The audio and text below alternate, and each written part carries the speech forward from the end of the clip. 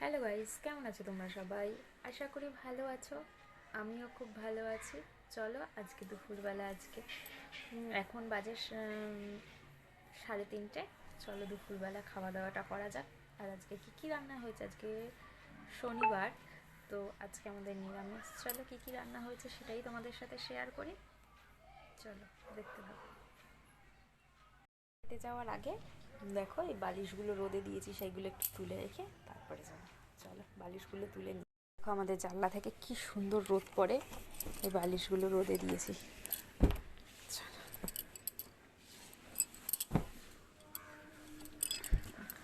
জানলাটা দিয়ে যাই, না হলে মশা ঢুকবে।